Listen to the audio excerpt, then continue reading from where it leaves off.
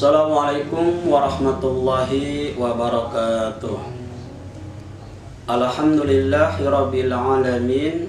Al-qail fi kitabihil karim, tabarakta biyadihil mulku wa huwa ala kulli syai'in qadir.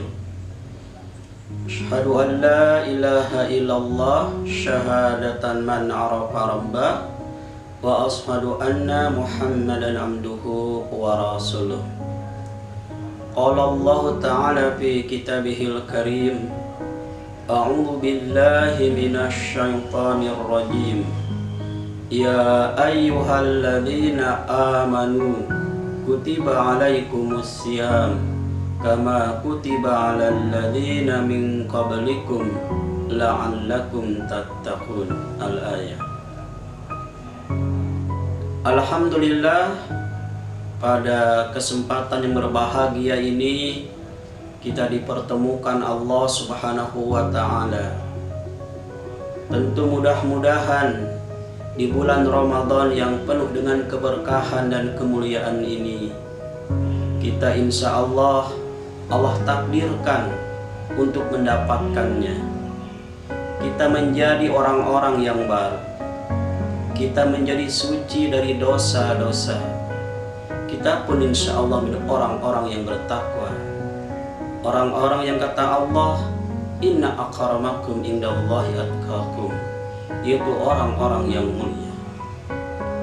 Tentu itu tidak akan bisa kita dapatkan dengan mudah maupun gampang, tetapi juga tidak sulit ketika kita mau berupaya dan berusaha, karena Allah menurunkan syariat untuk dilakukan dan dikerjakan oleh seluruh hambanya, dan kita hambanya insya Allah dengan sepenuh keyakinan bahwa setiap datang Ramadan kita akan mendapatkan keberkahannya.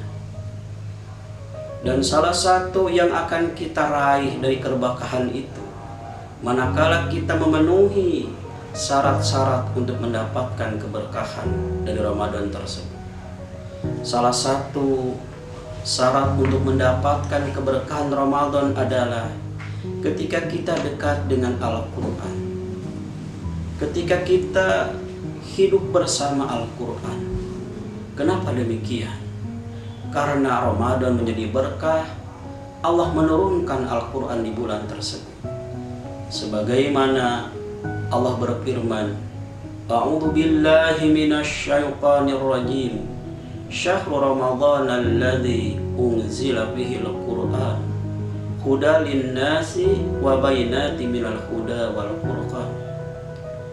Bulan Ramadan adalah bulan yang diturunkan padanya Al-Quran sebagai hidayah atau petunjuk dan sebagai penjelas dari berbagai petunjuk, wal furqan, dan juga sebagai pembeda.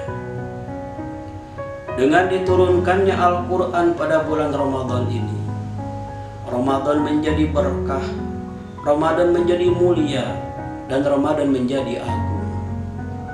Kenapa demikian? Karena Allah Subhanahu wa Ta'ala juga berfirman, wa hadza dzikrun mubarakun. Sesungguhnya Al-Quran ini adalah peringatan yang penuh dengan keberkahan, yang penuh dengan kebahagiaan.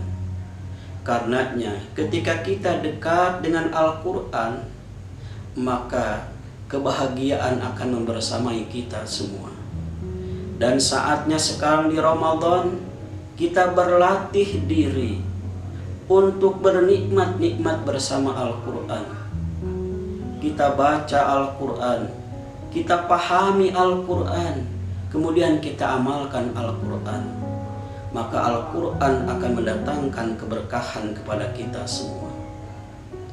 Apalagi kalau kita berupaya untuk mengamalkan segala apa yang Allah pesankan dalam Al-Quran, maka apa yang Allah isyaratkan dalam Al-Quran kemudian kita amalkan, itu merupakan sumber kebahagiaan bagi kita semua.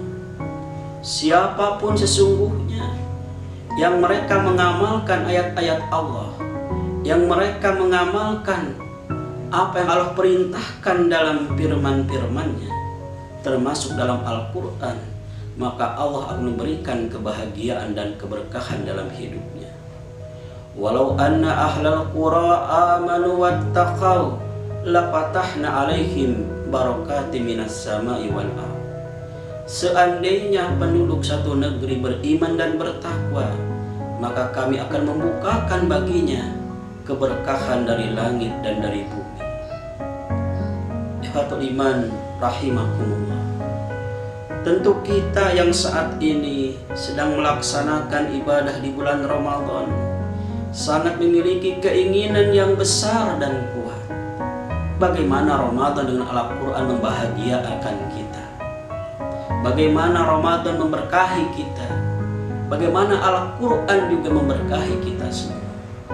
Karenanya tidak lain dan tidak bukan, mari kita semua bersamai Al-Quran dalam keseharian kita selama Ramadan ini, dan jadikan ini adalah momen untuk berlatih agar kita selepas Ramadan betul-betul dekat dengan Al-Quran.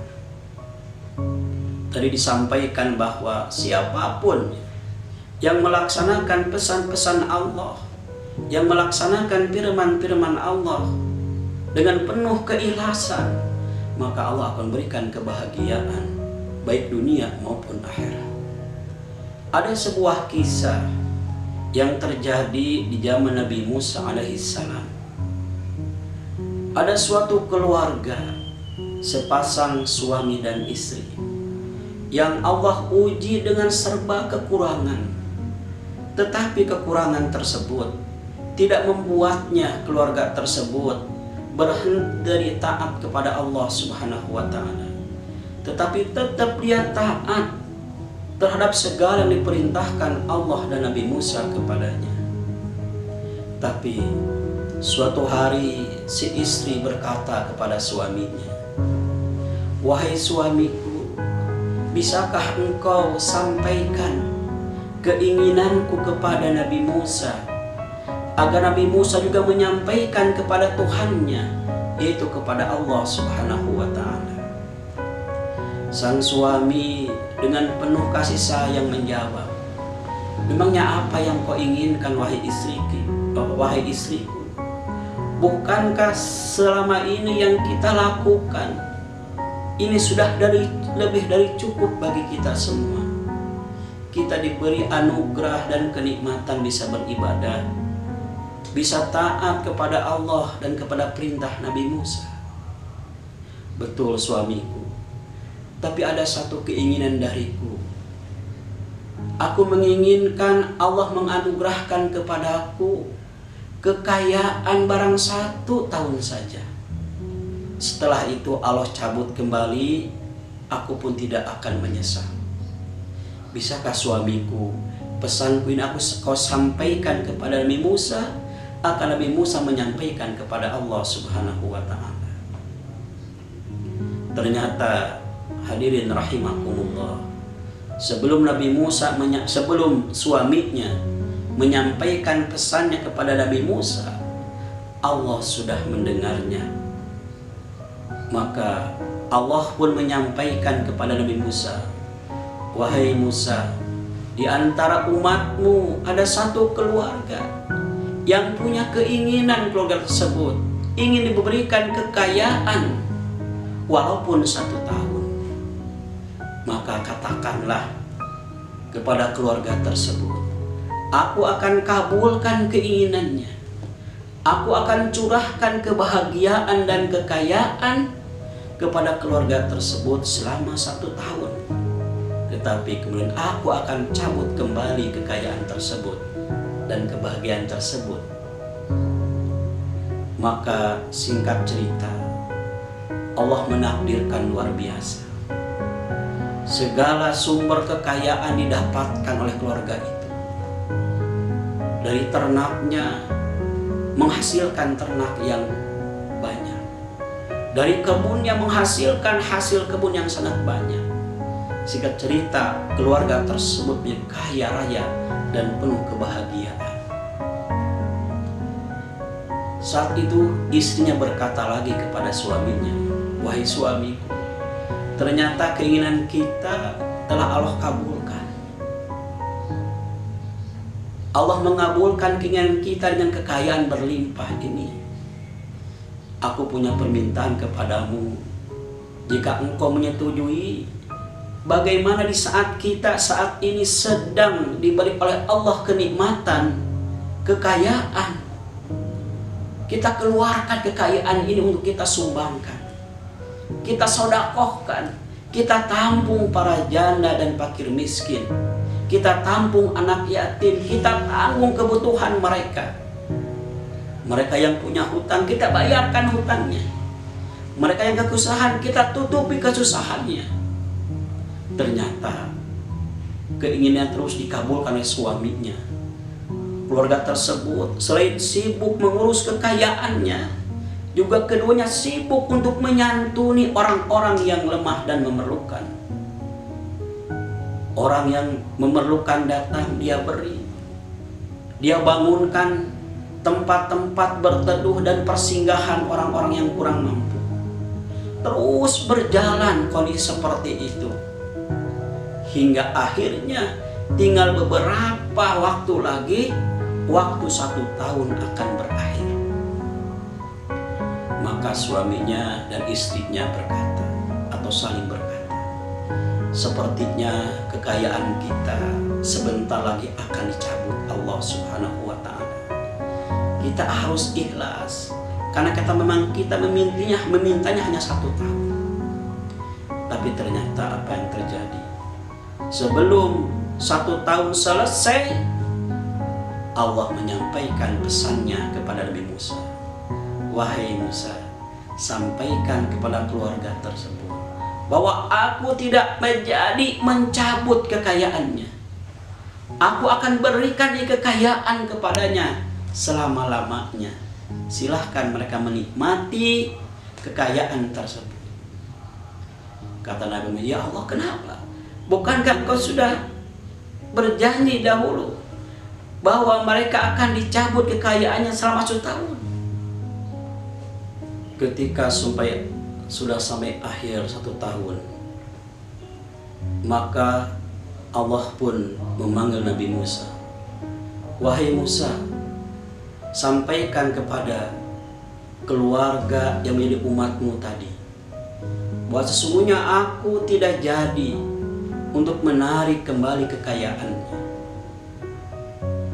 Nabi Musa pun bertanya, "Ya Allah, bukankah engkau sudah menyampaikan setahun yang lalu bahwa mereka akan diberikan kekayaan dan kebahagiaan hanya 1 tahun?"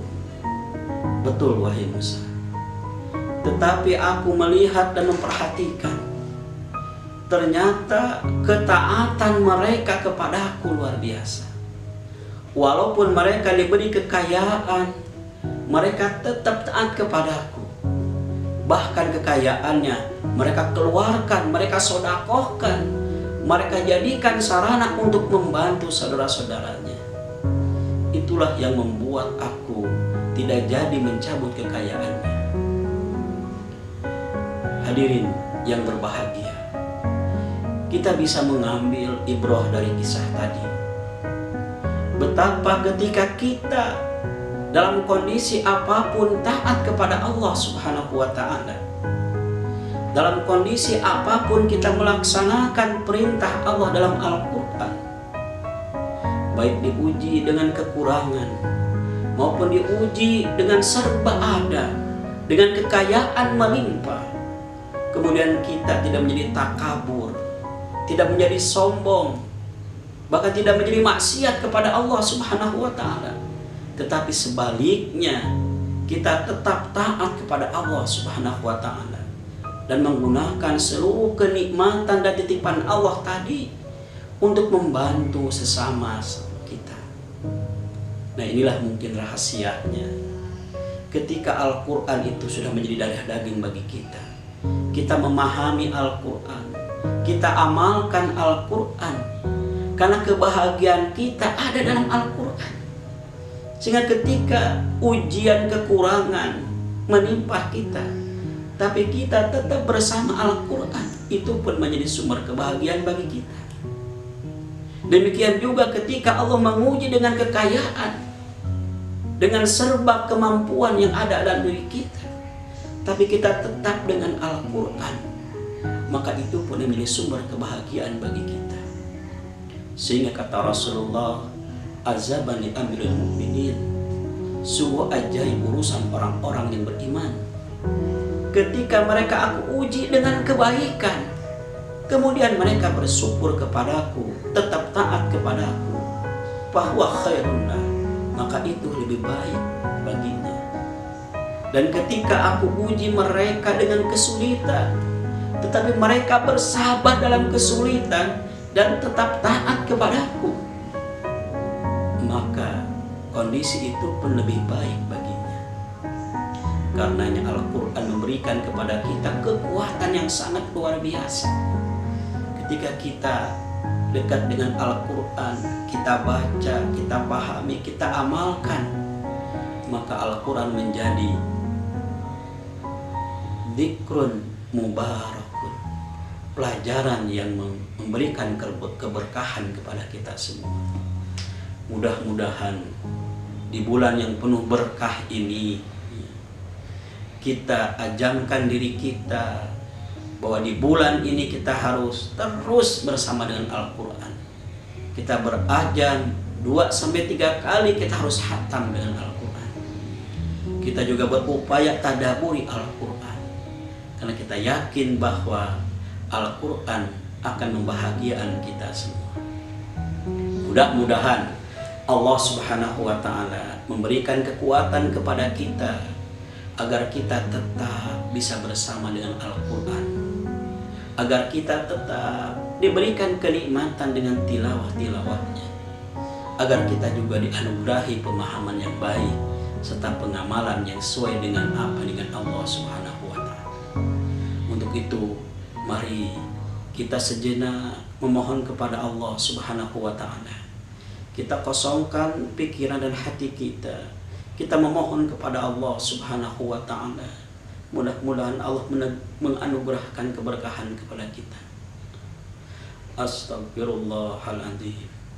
Astaghfirullahaladzim. Astaghfirullahaladzim. Wa atubu ilaih. Allahumma lakal hamdu bil iman, wa lakal hamdu bil islam, wa lakal hamdu bil al-Quran, wa lakal hamdu bil ukhuwah, walakal hamdu bidakwah. Allahumma alif baina qulubina wa aslih data bainina wa barik lana fi asma'ina wa absarina wa dhurriyyatina. Allahumma anzil alaina munzala mubarakan wa anta khairul munzilin. Rabbana hab lana min azwajina wa dhurriyyatina qurrata a'yun waj'alna lil muttaqina imama. Rabbana atina fid dunya hasanah wa fil akhirati hasanah wa qina adzabannar. Walhamdulillahi rabbil alamin. Assalamualaikum warahmatullahi wabarakatuh.